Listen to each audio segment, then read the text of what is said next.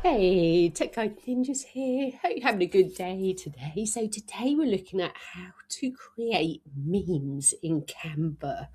If you get value from this video, please give me a like and subscribe to the channel as this really helps me out. So memes are really cool sort of types of content to use on social media or for marketing purposes.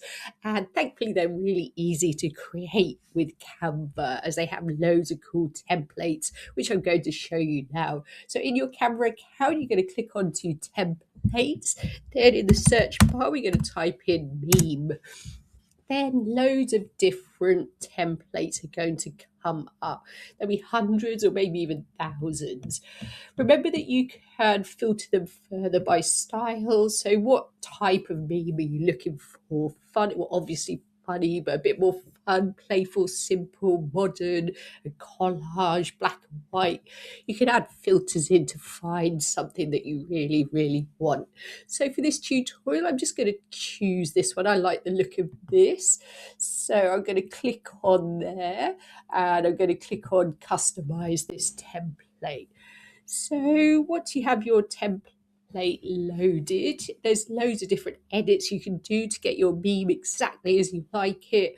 Obviously, I can click on the picture, I can make it smaller or bigger, I can edit the text if I don't quite like what it says. You can edit the background colors, things like that.